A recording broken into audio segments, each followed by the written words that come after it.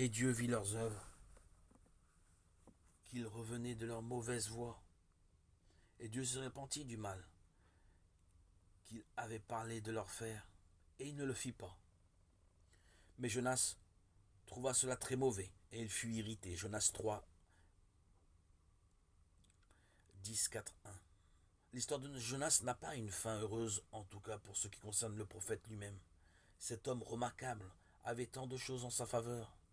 Des expériences extraordinaires de la fidélité et de la puissance de l'Éternel, une révélation directe de la part de Dieu, un grand succès en tant que prédicateur. La joie aurait dû remplir son cœur, tandis que Ninive se répandait en entendant sa prédication et était épargnée du jugement de Dieu. Mais non, non, non, non, non. Il était plutôt rempli de colère. Il s'apitoyait sur lui-même et ressentait une profonde amertume. Et pourquoi? Pourquoi? D'abord, parce que Dieu agissait de manière opposée à ce que Jonas pensait qu'il devait faire.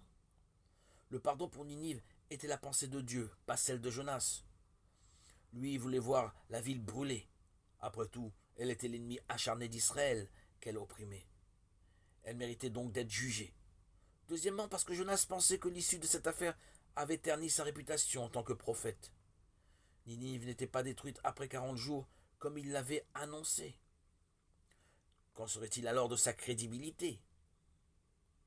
Avant de juger, Jonas, considérons ses actions et ses attitudes, et comparons-les aux nôtres.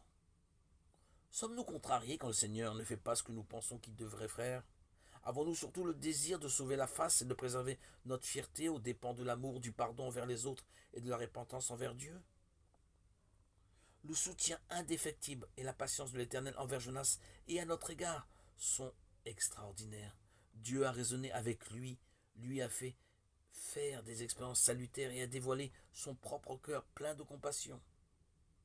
Et moi, je n'aurais pas pitié de Ninive, la grande ville dans laquelle il y a plus de 120 000 êtres humains qui ne savent pas distinguer entre leur droite et leur gauche. Et aussi beaucoup de bétail. 4.11.